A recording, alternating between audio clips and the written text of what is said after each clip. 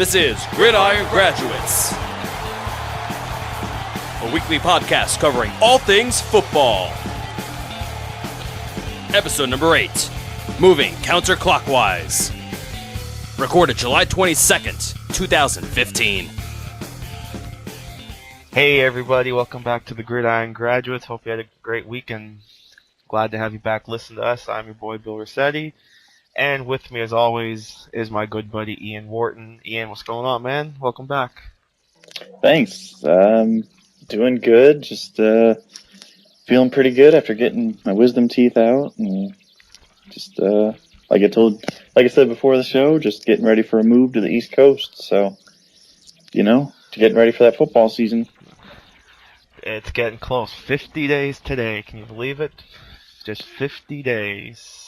Can't come soon enough. Don't I know? And training camp start this weekend. Oh, I could feel it. It's great. So, just going to pick up where we left off last week. Just going to jump right back on our division previews. Apologies for last week if I ran a little too long, but, when you start rambling about different stuff in the world of football, you lose track of time. But going to jump right into this week. We're going to talk about the South divisions. And we're going to start in the NFC this time. And we're going to start with the team that had the number 1 overall pick in 2014, that being the Tampa Bay Buccaneers. And obviously that number 1 pick was Jameis Winston, so we enter year 1 with him. We enter year 2 with Lovie Smith. And definitely a team that should be interesting to watch after they basically face planted after their shopping spree last year. And they brought in guys like Michael Johnson and Anthony Collins, and as we know, that did not pay off at all. Just a complete flop, and that's one of the reasons the Bucs ended up 2-14, and why they had the number 1 pick. But they're definitely a team that looks like they can make a little bit of a noise this season, especially in a division that really didn't improve all that much from last year. And as we know, the NFC South was easily the worst division, in which 7 wins took the division. So what's your take on Tampa Bay this year, Ian? Yeah, they're a really interesting team because offensively, the addition of Jameis Winston and those playmakers that they have, it could be a really fun offense to watch. I was checking Tampa Bay out a couple nights ago when I was watching some cornerbacks, but I was still watching some run plays, and Bobby Rainey still looked pretty good at times last season. And you add a healthy Doug Martin, Mike James, Charles Sims. I mean, this is a really talented offense. The question is, do they have anything on the offensive line that can be consistent? Ivan Dietrich Smith, Logan Menkins, I think those two are good pieces on the interior offensive line. I'm a huge Ali Marpet fan at right guard. He was my number 1 guard coming out in this draft. However, he's still a rookie coming from Division III football, and the 2 tackle spots are somewhat of question marks. Donovan Smith, honestly, I thought he was a guard in the NFL, projecting to the NFL. He's not overly athletic in terms of how he plays. He's just kind of lumbering, doesn't use his hands well. So I feel bad for Winston because he's going to be on the move a lot, I think, with Smith at left tackle. Now, like I said, he has great weapons. Austin Seferian-Jenkins even at tight end, Brandon Myers at tight end, Tim Wright, they reacquired him. So, this is a team that they're going to be able to move the ball around. And it's going to be fun to watch Winston grow with this young roster. I just hope he's not scarred from all the hits that he may take from opposing edge rushers. Defensively, I'm really worried about this team. They have a playmaker on each level of the defense. So they've got Gerald McCoy, obviously, at defensive tackle, Levante David at linebacker, Alteron Werner, and Jonathan Banks at cornerback. Those are all really good players. But McCoy has had trouble staying healthy over the last few years. And if he's not healthy, this team is going to be in for some trouble. I like the Henry Melton acquisition over the offseason. I think he can be a nice secondary interior rusher, but ultimately, I don't see who's going to create any edge pressure for them. George Johnson, Jock Smith, Larry English. I mean, those aren't very promising names, and the resumes are even less impressive. So, this is a team. I think honestly, I think they're destined to head back into the top 10 for 2016 draft, and the long term outlook may be a little bit brighter. But I wasn't a fan of what Lovie Smith did last year in terms of coaching. I'm not a fan of what he did the last two off seasons in general. Um, Obviously, he may have hit gold with Mike Evans and Jameis Winston, but there just leaves to be a lot to be desired from the last two draft classes in terms of immediate impact guys. Like I said, Marpet is another guy I really like, but I mean, if you have three good players out of two drafts, that's not very effective drafting.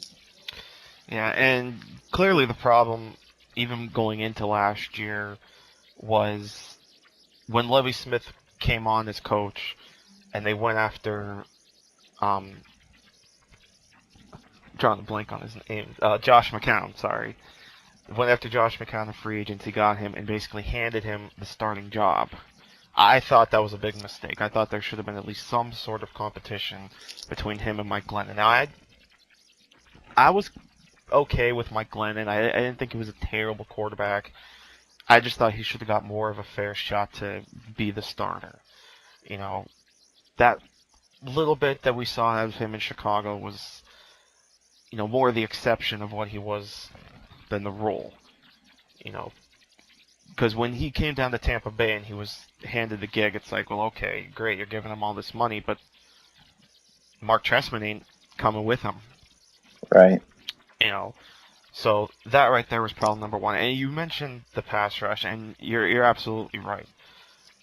When an interior defensive lineman, and I love Gerald McCoy. Obviously, he's one of the top D tackles, and obviously can bring the interior rush and put up sacks.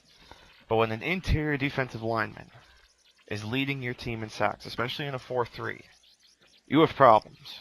Yeah. First of all, 8.5 sacks leading your team is bad enough. And again, second point is the fact that it was a defensive tackle.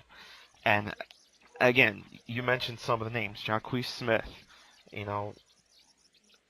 There's not much to really be excited about as far as pass rush goes. So this is an offense that might put up some points, but it's going to be countered by the fact that their defense might give up some points, especially when you look at this division. And, we obviously know there's a lot of high-powered offense in this division. Matt Ryan, Drew Brees, and Cam Newton. So in that sense, that's where this team might struggle, but the offense is still going to be pretty decent to at least keep them in some of these games. And that's what this team was last year. They were definitely competitive in a lot of these games. Even last Sunday when NFL Network was replaying the Buccaneers Saints game from Week 17, I'm thinking to myself, wow, I almost forgot how close this team was to not even having the number one pick in this draft, because this team was leading at halftime against the Saints. If they don't blow that lead, we're sitting here talking about Tennessee having Right. Jameis Winston and probably Mariota to Tampa Bay. So it's not like they were a really bad team. They were in some games. They just had a lot of bad luck. And, offensive line was one of the key reasons because, again, Collins was terrible. It was pretty much a who's not who of, guys that were in the offensive line. And then they really, you can't bug them too much as far as at least the offensive coaching, because they didn't really have an offensive coordinator. Jeff Tedford had the health issues at the beginning of the season and never really recovered. Now he's back in the college ranks. It's such a weird situation. It really was. And now they have Dirk Cutter. Great offensive coordinator in Atlanta. Could really help Jameis Winston. And again, we talked about the wide receivers. It always helps when you have two 6'5" behemoths to throw to. And Right. I'm really going to be interested to see how the offense looks with Jackson and Evans pretty much switching positions. Like Evans is going to be more the X this year. Jackson is going to be more the Z in the slot. And Evans at X, I think, is going to be really exciting to watch. If his numbers were that good last year as a Z, he could be really good as an X. Now, obviously, he's going to draw a lot more number one corners, but he has the playmaking ability to beat some of those coverages. So that's a team. That's a spot where I'm excited to really watch where this team goes. What's your win total on this team? Let's see. They won 2 games last year, and they definitely could have won more. I'll say, because you're obviously going to have some growing pains with Winston as a rookie, and the interceptions are definitely going to be there. I'll go ahead and say 5-11. I think they'll make a little bit of a jump, but again, we talked about the defense, and it's probably going to hurt them in the division. They also play the NFC East, so you're going to have a lot of high-powered offenses from there as well. When you're talking about the Eagles, the Giants, the Cowboys. So the schedule isn't very favorable for a team like Tampa Bay, and especially a rookie like Jameis Winston. I will say this, though. I'm very interested.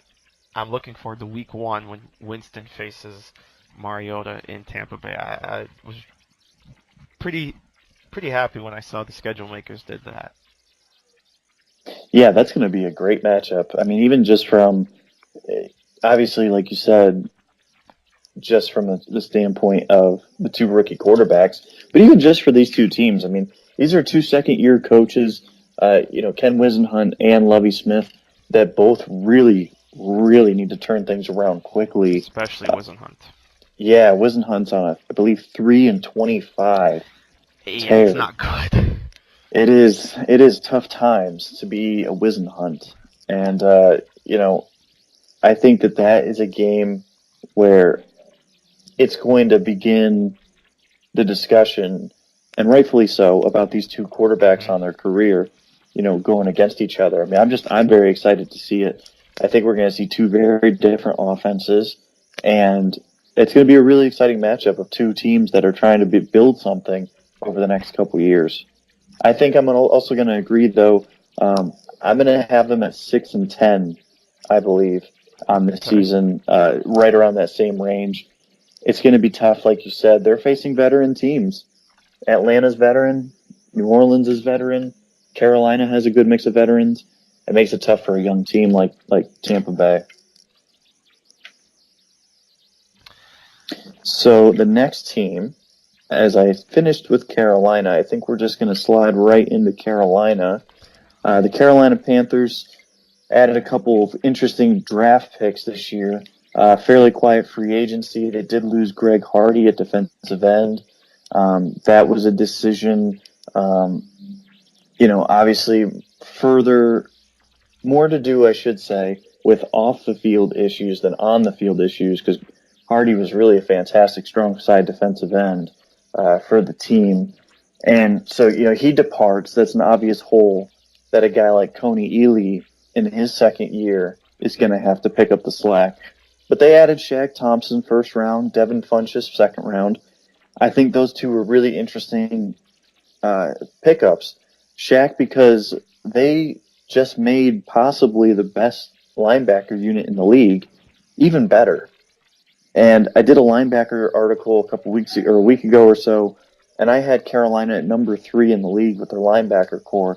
And honestly, I couldn't tell you why I couldn't put them number 1. It was just that good of a competition between them, Baltimore, and Philadelphia for me. They all have great units at that linebacker position, and it really starts there for their defense. They've got great players like Charles Johnson and Star Lutulele, but for me, it's all about that linebacker core. They're really a defensive first team that still tries to run the ball a lot on offense, and That's why I like the addition of Funchess, because Kelvin Benjamin's kind of a roller coaster experiment, and Funchess is still fairly raw entering his first year. So it's going to be interesting to see how they can use those two twin tower type playmakers on the outside, just towering over everybody with those insane catch radiuses. I'm really excited to see this offense. I still think that the Panthers owe Newton a better offensive line. I'm really scared about Michael O'Hare at left tackle. Um, but ultimately, I think that this is a team. I don't think they make the playoffs, but I think that they're going to compete, and they're going to be a team that every other team in the league, when they face the Panthers, they're going to be definitely scratching their heads, because they're going to say, "Do I really want to be this physical this week against this team?" Because the Panthers will hit you in the mouth whether you like it or not. Uh, the offensive line, I agree, is probably the biggest weakness of this team. Not just because of Ower at left tackle, all throughout the line. Right tackle is obviously a question mark too. Will it be Mike Remmers getting the start, or will Darrell Williams push for that spot? So, and with the receivers, it's really going to be interesting to watch how two tall, raw receivers, like you mentioned, who, especially one who doesn't always fight for the ball at its high point at times, how they're going to work together and help make this offense go. It's pretty amazing how well Benjamin actually did statistically. Although it's funny, earlier on Twitter, I'm scrolling through and I see Matt Harmon and Sigmund Bloom talking um, a little bit about the Panthers and Kelvin Benjamin. And, Harmon brought up a stat that I forget who made the table, and I apologize, but he mentioned how, I guess, like, this house that, excuse me, how statistically the Panthers do, I guess, when they're winning compared to, Benjamin isn't exactly putting up the numbers. I Yeah, hope that came out well. And no, I had seen that. Yeah, so basically, how well he was producing when they were ahead and when they were trailing. right. Yeah, it was really interesting. I did see that retweet as well. Yeah, That was very interesting. The differences for Benjamin. and they mentioned how I think 4 of his touchdowns came in garbage time. So great for fantasy owners, but who cares when it comes to real football? Right.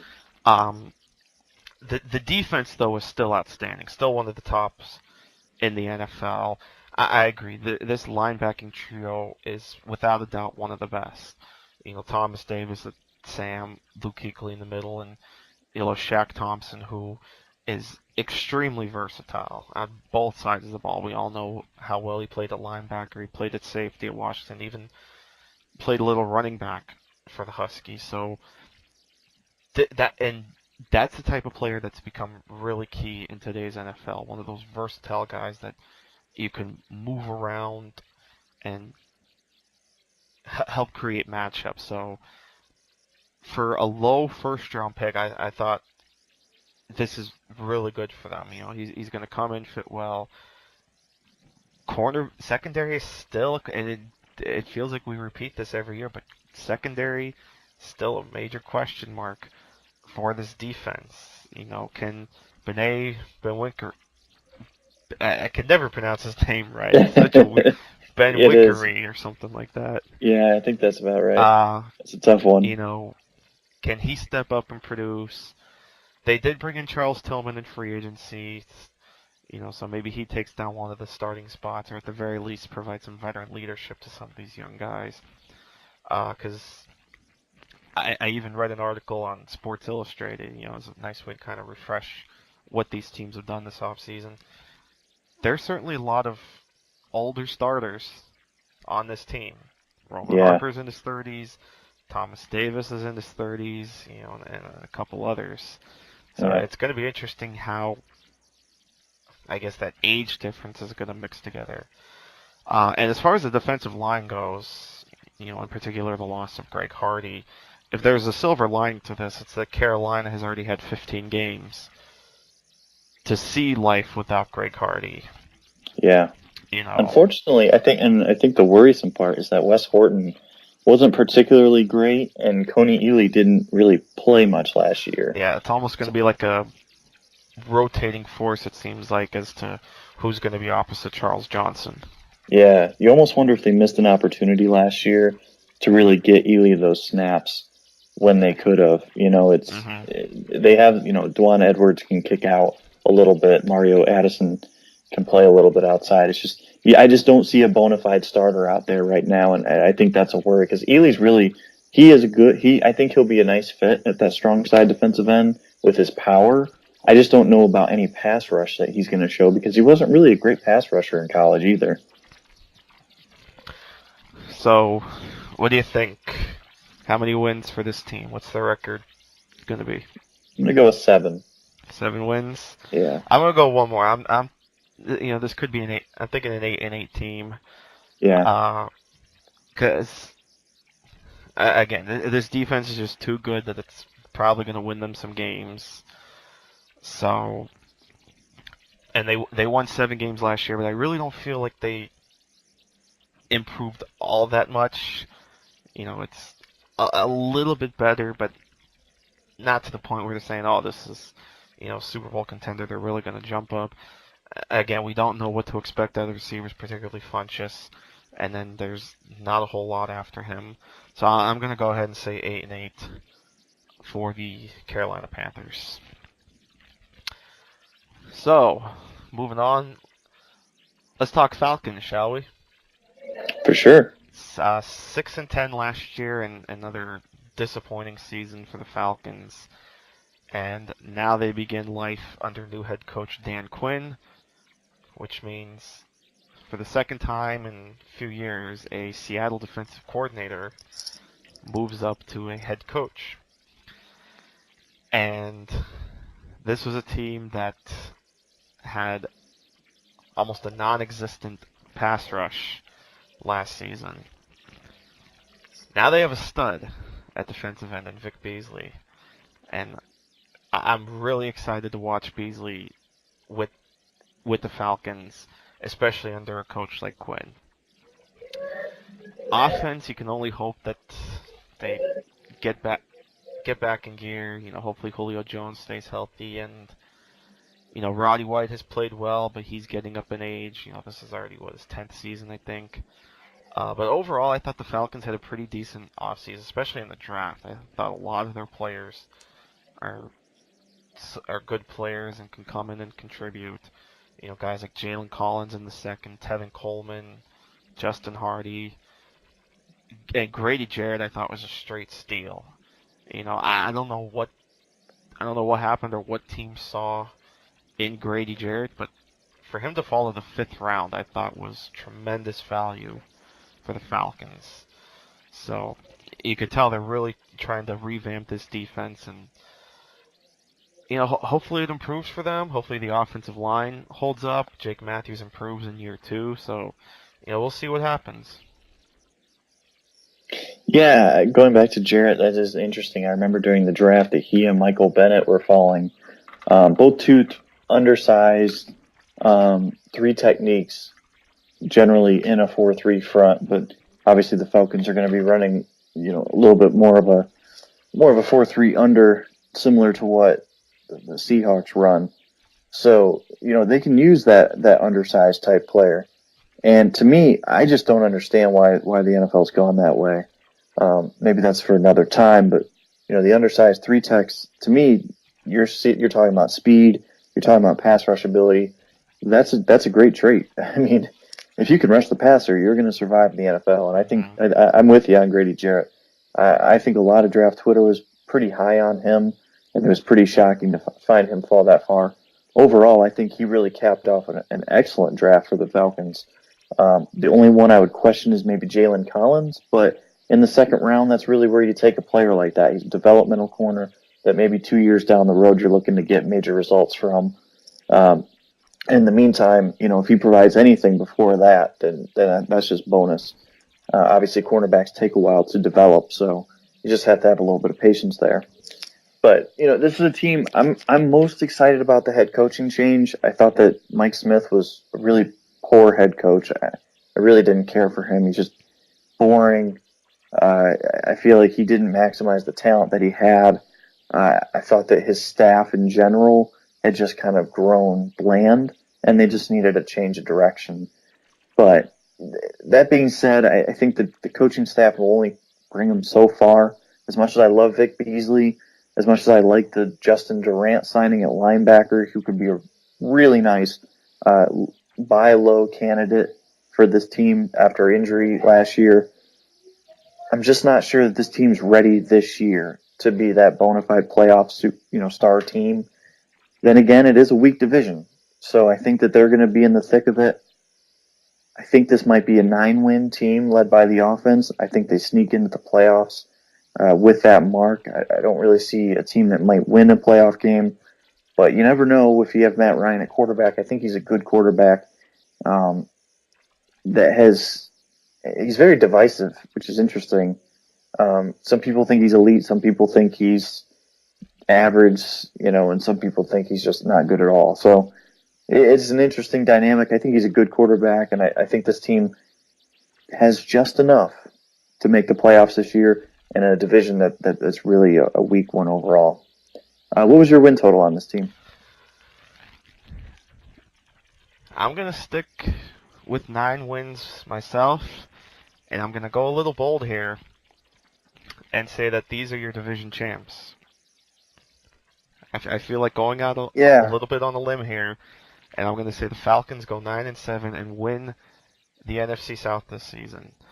Look, this division is, I don't know if you want to say famous or infamous for having the worst to first champions. Now, obviously, Atlanta wasn't worst last year, but still a down season, and 9 wins isn't out of the realm of possibility. For really as bad as that defense was, they did win 6 games. Right. So you're talking they only need to win 3 more to get to a winning record. And they had a ton of injuries too there. Yeah. And they brought in some good free agents too, guys like Justin Durant, among other guys, Adrian Claiborne. So even though Brian Schofield is kind of an underrated linebacker edge player, so it may not be too much to ask to see them jump from 6 to 9 wins. And like we said, this is a pretty weak division, probably going to be the worst in the NFL again. And as we'll talk about in a little bit with the Saints, are they going to have the defense to hold up? And where's their offense? And I guess that's a nice transition right into the Saints. Let's talk about them now. A team that really had almost no defense, but obviously the offense helped keep the ship afloat a little bit. Now that offense is practically gone. Jimmy Graham's gone. Kenny Stills is gone. You're now asking a complement of Josh Hill and Ben Watson to basically fill in for what Jimmy Graham did. And obviously, there's very few players that can do what Jimmy Graham does. So you're obviously not going to match the production of Jimmy Graham. You can only hope that they can provide you something at the tight end position. Defensively, Stephon Anthony they drafted in the first round with the pick they got for Jimmy Graham. So he might step in and be a contributor in the middle of that defense. They traded for Donnell Ellerbe in the Kenny Stills trade. Secondary is going to be interesting to watch. Kenny Vaccaro really struggled in his second year. I don't know what happened. He had an outstanding rookie season. Really dropped off his second year. And then their big money safety, Jarris Bird, got injured. So we'll see how he recovers. Brought in Brandon Browner. So they're trying to remake this defense after they completely flopped last season. Yeah. That was one of the reasons they go 7-9. I don't know. And now you have the issue with Junior Gillette. One Yeah. of their top defensive players last year, but There hasn't really been much on him ever since that, even after that video, has there? I mean, maybe I missed it, but there really hasn't. But I guess, with this being such a dead period, rumors are going to swirl around and people are going to say stuff and try to predict stuff. So, I've just been surprised that there's been no real feedback outside of like that one day where like this supposed video of him hitting a woman on the beach comes to light, and we really haven't heard anything about it. So, I mean, I'm with you on Gillette. Like, he's a game changer. Like that could change the entire outlook of this defense. It's just very interesting to me that at a time where all this domestic violence is out there, exactly, yeah. With how much the we haven't NFL is heard trying to change their image on domestic violence, this we story haven't heard comes up anything. and Yeah, there's almost nothing, like you said, in the couple weeks since the story broke. So he's probably going to stay on the team only because it would be a huge cap penalty if the yeah, Saints were to cut him. And they're already in cap hell the way it is.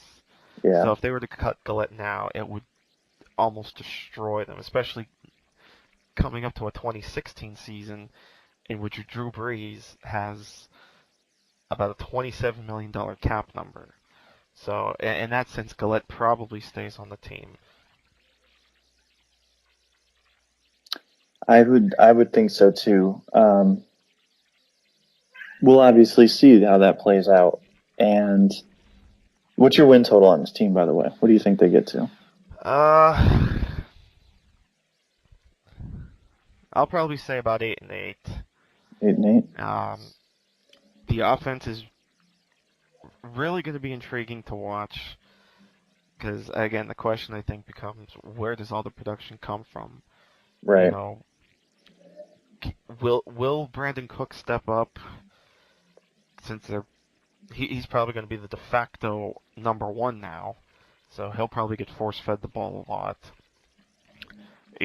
Marcus Colston's obviously aging. He's still a serviceable player, but obviously not what he used to be. And Drew Brees, it sucks to say this, but we do kind of have to start living.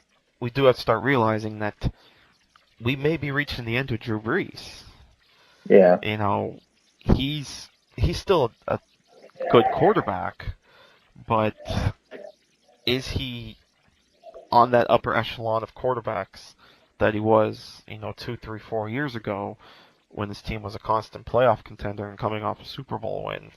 And like I mentioned before, the huge cap number next year.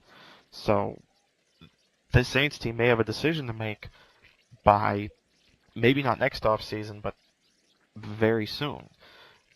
They did also draft a quarterback in Garrett Grayson. Garrett Grayson. So could he be the heir apparent to Brees? That's going to be something to watch. Not necessarily this year, obviously, but 1 or 2 years down the road. Yeah, and I brought this up. Yeah, I brought this up kind of around the draft that I can't sit there and say that Drew Brees is no longer a good quarterback. I can't say he's not going to be a highly productive player, maybe even a great quarterback still. But there were times last year where his arm just looked dead to me. And he missed throws. And people are going to point to the stats and say, well, his complete percentage, well, this and this and this. It's like, well, it's not really the case. You have to look further than that. He missed a lot of throws that he normally would make. His arm just wasn't quite as sharp as it had been in past years. And I think the issue is he's never been a guy with a huge arm anyway. He can make a lot of throws. However, he really wins with his mind. Anticipation, pocket presence, extending the play, timing. That's where he's elite. Well, if he loses more arm strength, can he continue at that rate?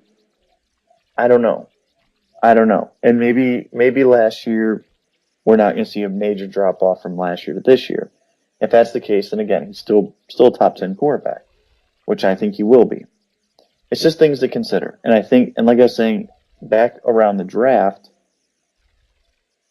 I was saying this team should probably consider trading Drew Brees for a first-round pick if they can get one. And I still feel that way because obviously not now right before the season, but as far as the outlook of this team, I just don't really see where they're going. You know, yes, they took Andrews Pete in the first round, but he's a tackle only.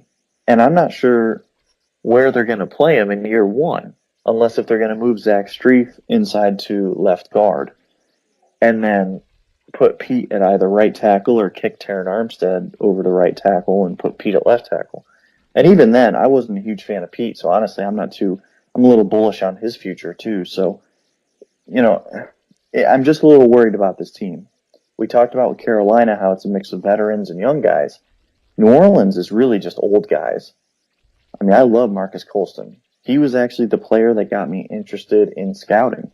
I remember watching a bowl game, an all-star bowl game before the 2006 draft. And I remember watching Marcus Colston as a kid, and I was just like, holy smokes, this kid's really good. And then I watched the draft, and he was picked, 7th round by the Saints, and I've just always loved him since, just because I felt like this kid from Hofstra became a really good receiver. So, I love this guy, but he's really old. He's getting old now. He's no longer the same guy. He's 32 years old, about to be, actually just turned 32 years old. Really a slot target, and only that at this point for the Saints. I'm just not sure. They're going to be doing a lot of dump-off passes to Mark Ingram and C.J. Spiller. I'm not sure horizontal is really the way that this team is going to be able to win a lot of games. Defensively, like you talked about, there are a lot of issues there. The linebacker core is good if they have the whole unit. If Donnell Ellerbe is healthy, we don't know if he is healthy. Stephon Anthony, is he going to be ready to play year one? David Hawthorne, he's a decent stopgap. Anthony Spencer has injury issues that he's got to kind of prove whether he's ready to go or not. At secondary, is Jarris Byrd back 100%? If he's not, all of a sudden, this defense is probably going to be as porous as it was last year. I'm with you. I think this is a close to 500 team. I think we see another 7-9 season from them. And it just ultimately, it's just too old. It's too old of a roster. I think they need to overhaul this roster with draft picks and really start a fire sale as soon as they can, just to start recuperating those type of picks that they can rebuild with. Yeah, I'm just looking at the Saints roster quick, specifically ages, and looking at some of the potential starters. And Breeze 36, Ben Watson 34, Colston 32, Bunkley Evans 31 down the line, Strief 31, Browner 30. So there's a lot of aging players. And Browner's birthday's coming up too, so he's about to be 31. So he'll be 31. Yep. So that's a lot. That's a good bit of your starting lineup. Yeah. 30 years or older. At key positions too. Exactly. Yeah. Quarterback, tight end, corner. Yep. So. It's a young man's game, and I think they've missed with so many picks recently that it may really come back to bite them again this year. And the salary cap really hasn't helped either. But I'm glad. Yeah. And before we move on to the AFC, I'm glad you brought up Andrews Pete. That's probably going to be an interesting camp battle to watch, is where Pete plays, if he plays year one. Does he beat out Zach Strief for right tackle? Do they move Strief inside? I don't think they're going to move Armstead from left tackle. I don't think they should. Yeah, that'd be silly. Yeah, I agree. Totally agree. He's a stud. Yeah, he's really turned into a quality left tackle. He's become more than just being the guy that had the 4.7 40 at the combine. Yeah. He's really come to his own. So he should stay there. So where does Pete go? So, and then you mentioned the running backs. Spiller will be fun to watch, though. I think you're finally going to see the breakout from Spiller. I think people are going to be scared away from his numbers the last couple of years in Buffalo. But they also have to realize the offense Buffalo was running, the coach Spiller was playing for. Yeah. I mean, look, Doug Marrone, for God's sake, walks away from Buffalo and was like, oh, yeah, I'm going to get a top job. And, the reports were, oh, yeah, he's going to get hired immediately. Someone like the Jets are going to snap him up. And what happens? He's offensive line coach for the Jaguars. Yep. Literally took $4 million to go be an offensive line coach. Which, hey, I mean, good for him. I guess he's getting paid. But not really. The nice thing for him is he's getting paid by two teams. Yeah. It's not really a good look though for his future. No, not at all. When you basically put yourself on the line like that and completely flop, thanks for playing. Yeah. But yeah, so I'm excited to see Spiller in this offense. It's almost going to be like the Darren Sproles role, but overall, this is still a team that's just going to stay the course, I think. It's just going to be kind of treading along, and it's going to take a while for them to get out, especially the salary cap hell, so we'll see what happens. So with that, I think that wraps up the NFC side for this week. I think it's time to move on to the AFC side. And we started today talking about the team that picked number 1 in the draft. Now we'll talk about the team that picked number 2 in the draft, Tennessee Titans. And we talked about Ken Whisenhunt earlier. Really, I think a make-or-break season for Whisenhunt. We'll start there. Tennessee had decent expectations in 2014. They're coming off a 7-9 season.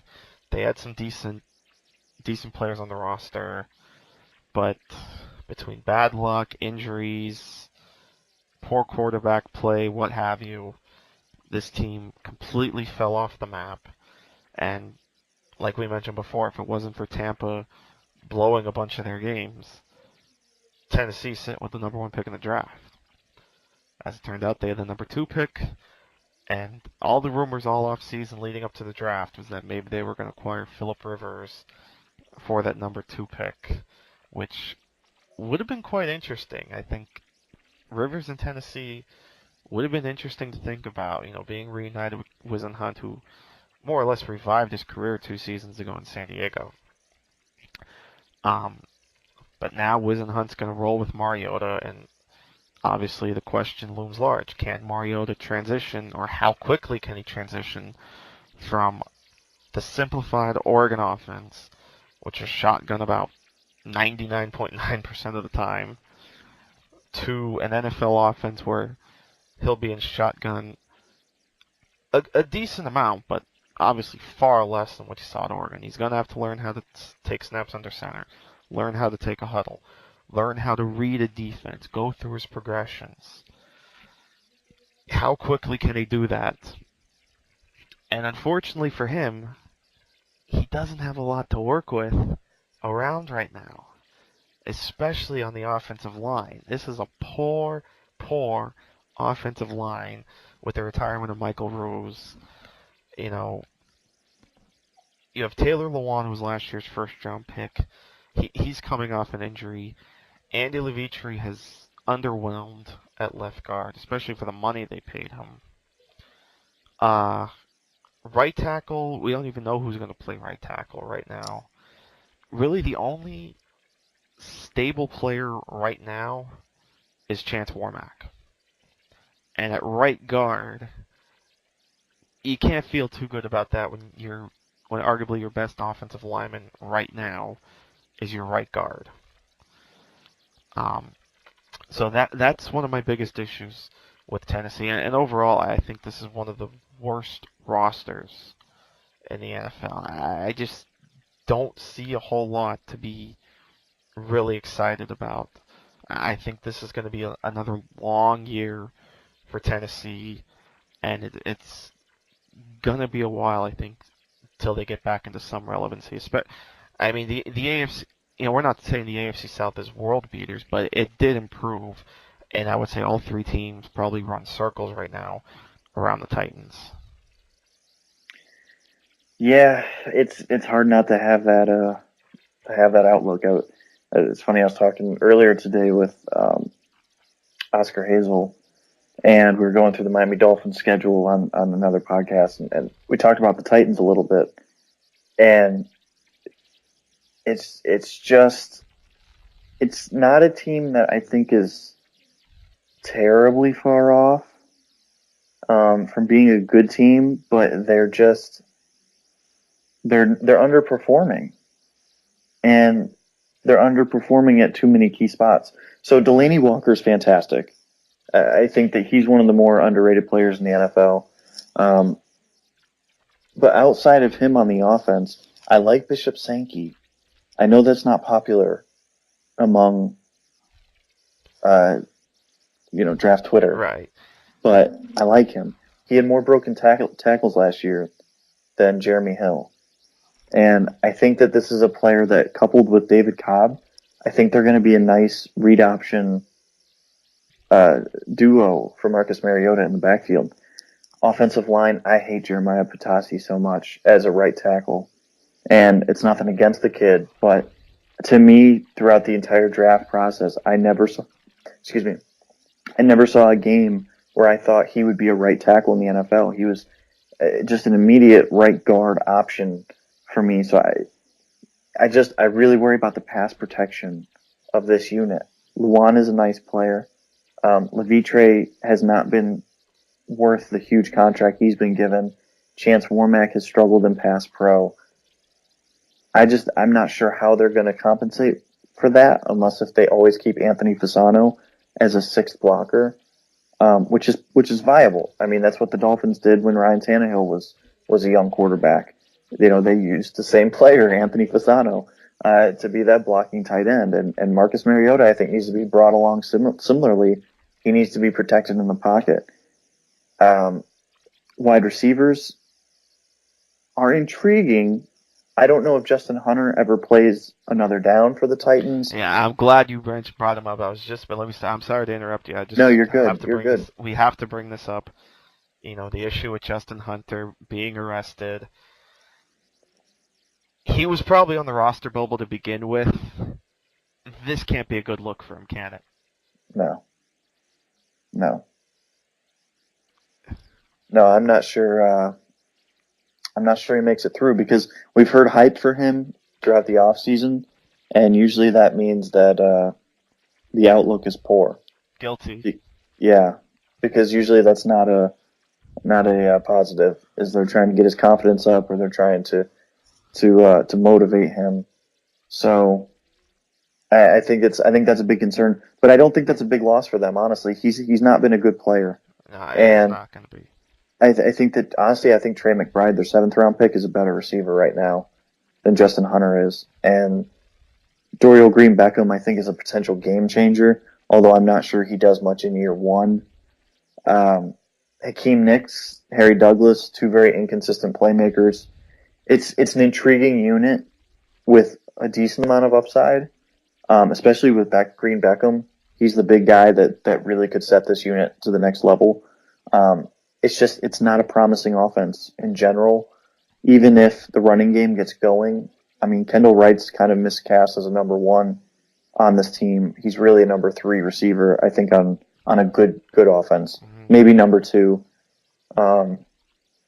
They really need someone to step up. They need Nicks to revert back a few years to his New York Giants prime, or they need Dorial Green-Beckham to just come in and dominate right away.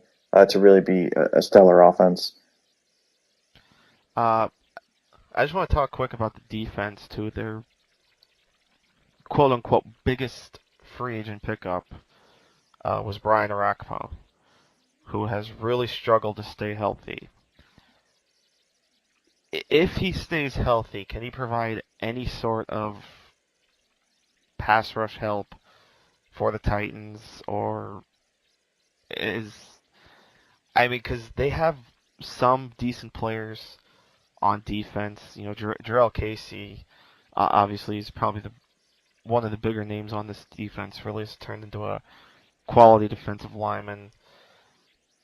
Wesley Woodyard, I don't know what happened to him. He was so good in Denver, and for whatever reason, he just kind of fell off. in Tennessee. Maybe he's not a good fit. I don't know what happened. And secondary, there's questions there too. But what's your take on what Brian Orakpo can possibly bring to this defense? If he's healthy, I think he could be a great addition. Obviously, that's an enormous if. The Washington Redskins wouldn't have let him go if he was reliable. And that's the tough decision on a player like that, because when he's healthy, he's the type of talent that can create pressure. Okay, and there's a big difference there. There's a difference between guys that can create pressure and the guys who clean up pressure. So Derek Morgan is a clean-upper. Okay, he doesn't create very well. That's why he only gets about 6 sacks a season. He's not a dynamic rusher. But Brian Orakpo can be. He's got the talent to be more than that. The issue, just like I said, you don't know how many games he's going to play every year. So I like this front seven. I love Jarrell Casey. Jarrell Casey's a top 5 defensive tackle in the NFL. He plays 5 tech and sometimes a 3 tech for Titans. So as like a defensive end, defensive tackle, I think he's phenomenal as an interior lineman. Mm-hmm. I like their linebacker unit too. I like Wesley Woodyard. I like Avery Williamson, and I like the combo of Morgan and Orakpo. But it's not. I don't think it's gonna be enough to overcome that secondary. You brought up that secondary. Denoris Cersei, I love him. I think he's great pickup. He's not like an elite strong safety, but he was a big playmaker last year for the Bills. The problem is outside of him, Michael Griffin's only a decent safety. Jason McCourty, I'm not a fan of him at cornerback, and Parrish Cox had a very rough second half of the season last year. So this, to me, is just a very limited secondary, and it's hard to win a lot of games with an average to below average secondary.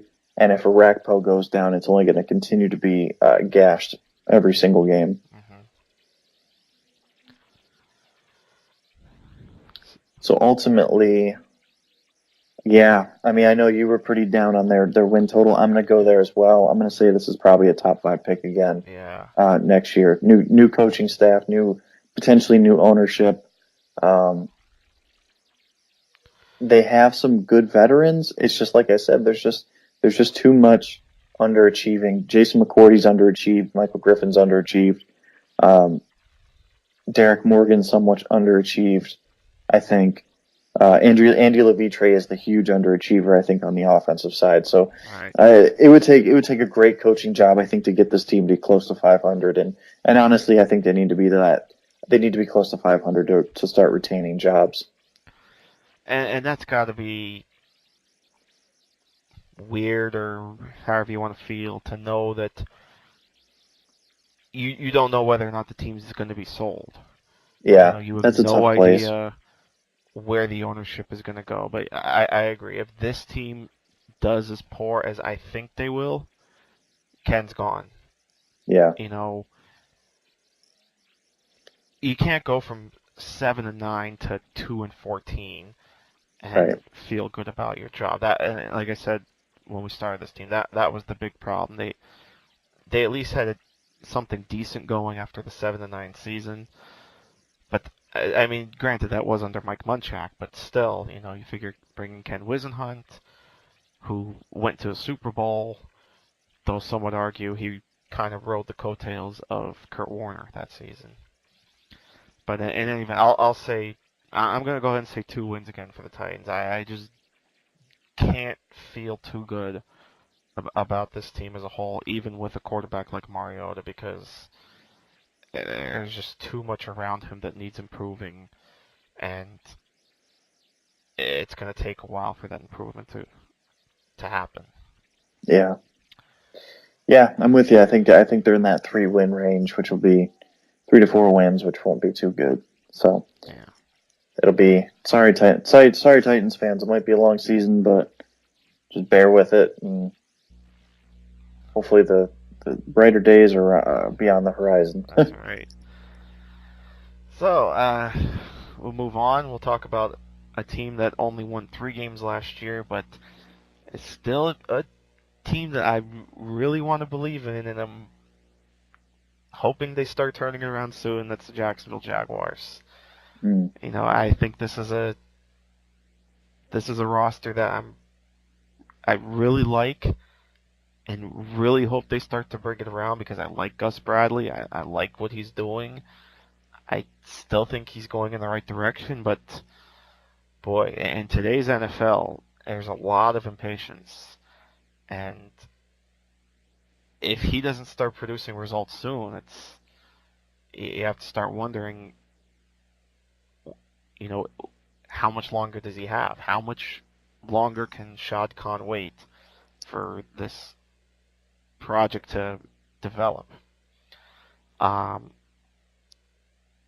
Blake Bortles obviously is at the top of that list as far as getting this team going. The reports are that he's been working on his mechanics all season, and that's all well and good. But until we see him on the field in a game situation against live pass rush, we don't know how improved his mechanics are. You can improve your mechanics all you want against air opponents, just throwing regular passes. It's when you're under pressure, when things break down, that's when we really see have the mechanics really changed. So, hopefully we see that with Bortles. Hopefully he takes that next step up, and if he does, this could be a pretty good offense. They have some good young receivers, top of the list. Allen Robinson, of course. Matt Harmon's boy, as he talked about a couple weeks ago.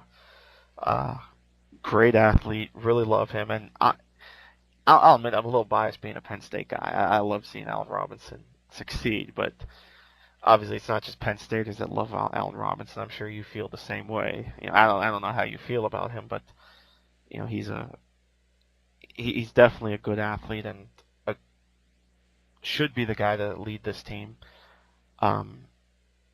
Julius Thomas, of course, was the big free agent pickup at tight end.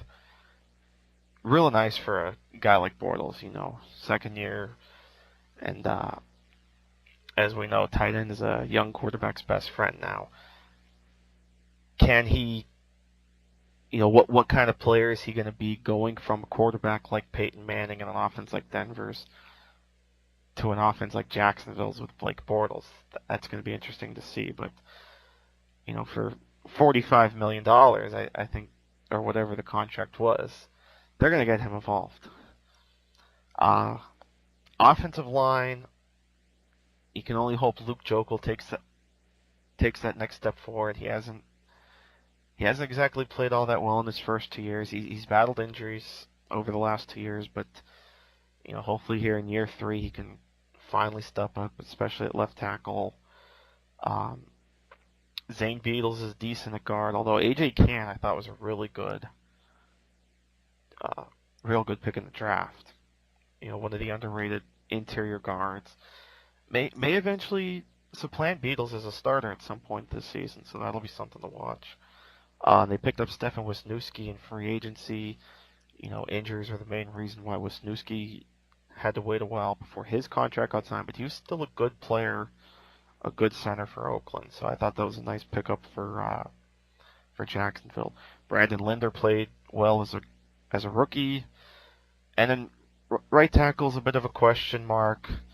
We'll see how Parnell does, or Pastor, whoever ends up being that right tackle. Defense, Senderick Marks. We talked about Jarrell Casey as a top defensive tackle. Senderick Marks has turned into a real good defensive tackle as well.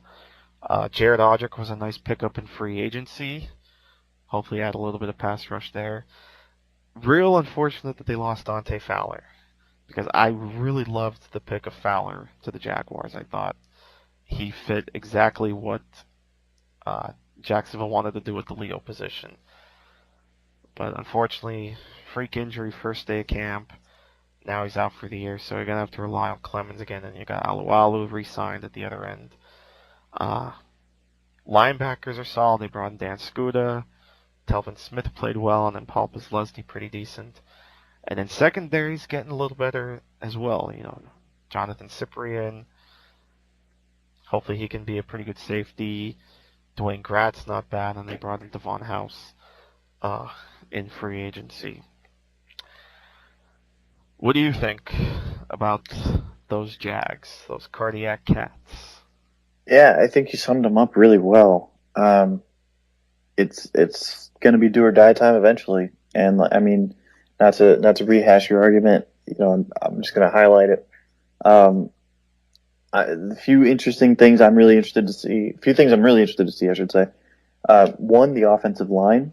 Are they going to be more of a power unit, or are they going to be more of a zone unit? They acquired AJ Cann in the draft, which would tend to indicate that they're going to be more of a power unit. Brandon Linder at right guard is more of a power player. But then again, they also signed Steven Wisniewski and Jeremy Parnell. And those two guys are, a little bit more toward the zone aspect. So it's a really interesting unit. Obviously, they could use a mixture of both. I think TJ Yeldon is more of a zone type runner than a power type runner. But honestly, I could see him excelling in both. So maybe, and I should say maybe producing in both, maybe not excelling in both. I don't think he's going to be a star, but I think he's a good fit there. Overall, I think it all really comes down to Blake Bortles and can he reduce the variance in his play? Because there were times where he was Tim Tebow-ish, where he would drop the ball as low as his hip before he threw the ball, and it's just way too much time for the defenders to react. You simply can't do that. However, there's also times where he manipulated safeties, moved them across the field, and delivered a beautiful ball downfield. So I think he's got the talent. It's just, can he take what he's learning off the field and reproduce it when the bullets are flying? And I don't know the answer to that. Defensively, the loss of Dante Fowler is huge, and that's going to really hurt this team. It's not going to be a huge, at least a huge predictor of what they're going to do this year, because ultimately I think that, if your season comes down to a rookie pass rusher or not, I just don't think that's realistic to sit there and expect a rookie to make that big of an impact. But overall, it's a decent unit. It lacks impact players. Jared Odrick's nice. Sean Derek Marks is great. Telvin Smith is very, very intriguing. But there's not really playmakers outside of Marks. So I think this defense is probably a year or two away of a couple strong drafts to find another competent edge player, find a competent cornerback that's an impact player, and maybe even a safety that's an impact player. Although they're hopeful on James Sample, I'm not sold that he's going to be a good free safety. He didn't play it in college, so it's an interesting team. Ultimately, I think this is another 4 or 5 win season for them. I can't put my trust into this team because they're going to be playing from behind a lot, and that means Bortles is going to have to do a lot more than what he really should be asked to do. So that's really two teams that are going to get beat up a lot in that division, which sets up nicely for our next team, the Houston Texans. What are your thoughts on the Houston Texans entering this season? Well, before I talk about Houston, I just want to quick give my win total for Jacksonville. I picked them to go 7-9 last year because I was real high on them. Obviously, that didn't pan out, so I'm going to go a little less than that this year. I'm going to go 6 wins. I'm going to say 6-10 for the Jaguars, and hopefully they finally start to pull it together. As for Houston, really one of the surprises of last season, to go from 2-14 in 2013 and having the number 1 pick to going 9-7 last year under Coach Bill O'Brien in his first year. By the way, again, go Penn State, go Bill O'Brien. Even though he was only there 2 years, but go Bill O'Brien. And the amazing thing is they did this with barely anything at quarterback. Mediocre at best. Right. That was the impressive thing about the Texans in 2014 was the fact that they won 9 games and were in the playoff hunt basically the entire. They weren't eliminated from the playoffs until the last week of the season, and they did this with a guy like Ryan Fitzpatrick at quarterback. Not much better in 2015, though. You're talking the dynamic duo of Brian Hoyer and Ryan Mallett. Yeah. You know, whoop-de-doo, stop the presses. Here comes Ryan Mallett, Mr. Sitting behind Tom Brady, and you look good in one preseason game. Now, admittedly, I watched a couple preseason games and I thought, oh, he's a pretty decent quarterback, but he has the arm strength, but that's about it. And in this offense, in this division, that's not quite going to get it done. The nice thing, though, for Houston is hopefully Jadeveon Clowney is back healthy, after having microfracture surgery. The Vince Wilfork signing I thought was real nice. He's obviously not strong against the pass, but he's still real good against the run. Mm-hmm. And that's going to be key in this division when you're up against guys like Frank Gore and T.J. Yeldon and even Bishop Sankey. And I think more importantly, Wilfork is going to take a little bit of pressure off of J.J. Watt. Not that J.J. Watt doesn't need pressure taken off of him. Right. Christ almighty. Geez, my goodness, you can put, excuse my language, sorry. You can put 11 guys on J.J. Watt, and he'll probably still get to the quarterback. So, but Wilfork will probably take that away, and then at least Wilfork is a little bit of a stop, or a little bit of a bridge to when Lewis Nix comes back from injury. And even when he comes back from injury, I think he can slot in nice in the middle of that defense.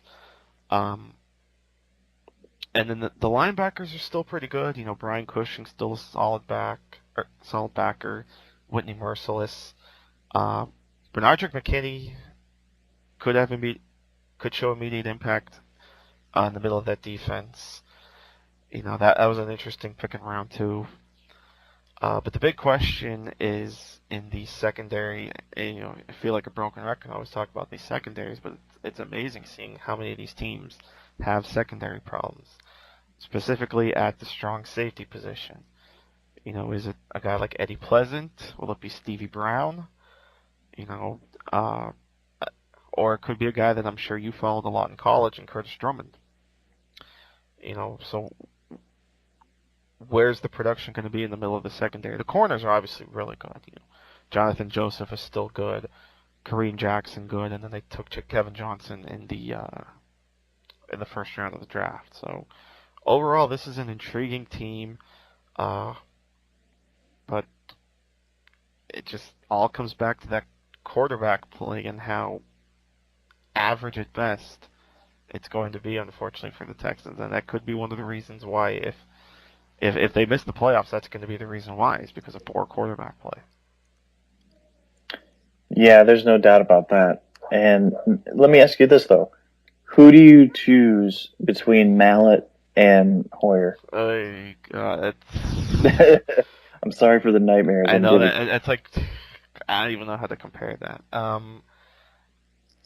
I think they're going to end up giving it to Mallett. I mean, both obviously have the New England connection. Both were with the Patriots when O'Brien was there. But Houston did trade for Mallett last season, so I guess I kind of feel they kind of want to stick with Mallett just to see what they have in him, just because they got him in a trade.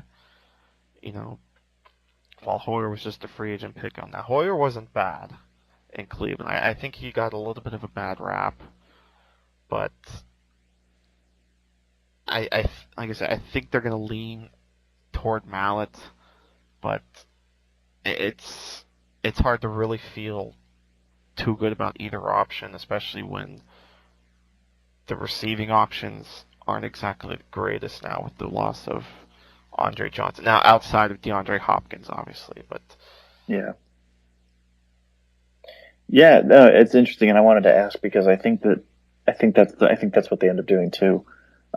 Ultimately, Hoyer is. See, I'm pretty anti-Hoyer.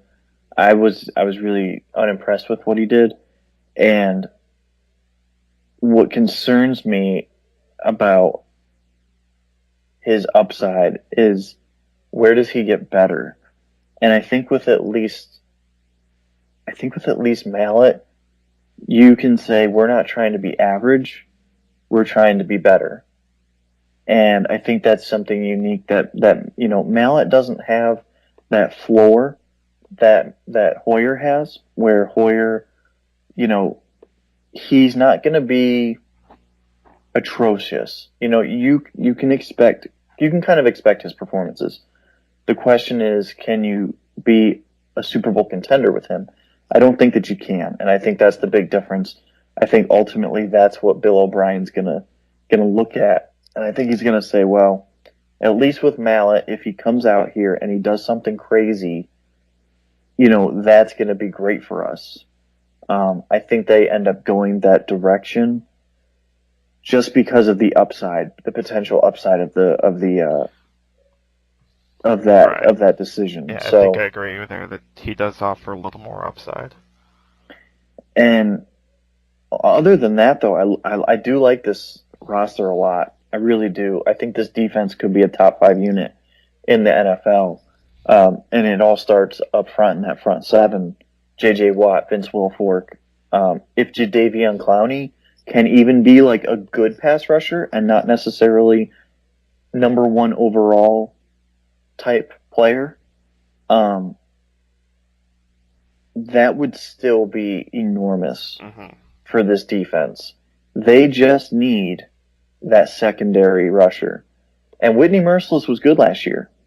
But I think the difference between Merciless and Clowney will be obvious if Clowney is pretty healthy, if not fully healthy. If he's fully healthy, watch out, because this is going to be an electric unit. The secondary is really good. Like you said, there's questions at that one safety spot, but Raheem Moore is pretty good. Kareem Jackson, Kevin Johnson, and Jonathan Joseph is one of the top trios of cornerbacks in the NFL. And I know Johnson hasn't taken a snap yet in the NFL, but that's kind of, to me, what really says a lot about the other 2 cornerbacks, is that they're already one of the top duos, and a rookie that's as talented as Johnson should be able to come in right away and impact his team because he already has a fit. So you've got Kevin Johnson outside and you have Kareem Jackson inside. It's literally a perfect fit for how they work their defense. So it's an exciting team. Offensively, they're just going to have to do enough to get by, unless if Mallet can really come in and light things up. I think this team hits 8 wins again. I think they hit 9 last year. I think they hit 8 this year. Ultimately, the schedule gets a little bit tougher after a 9-win season, and I'm still obviously quite huge question at quarterback, and I think that ultimately caps their win limit at probably in that 8 or 9 range. Right. I think they get 8. I don't think they win the wild card or anything like that, but where do you have them at the end of the day? Yeah, I'll say 9 and 7. I say they'll probably be about similar to where they were last year. Probably won't make the playoffs again because of the quarterback situation, but I'll say they stay even with last year and win 9 games. So I guess that leaves us with one more team for tonight. It does. And that leaves us with last year's AFC runner-up in the Indianapolis Colts. A team that has been creeping ever so closer to the Super Bowl.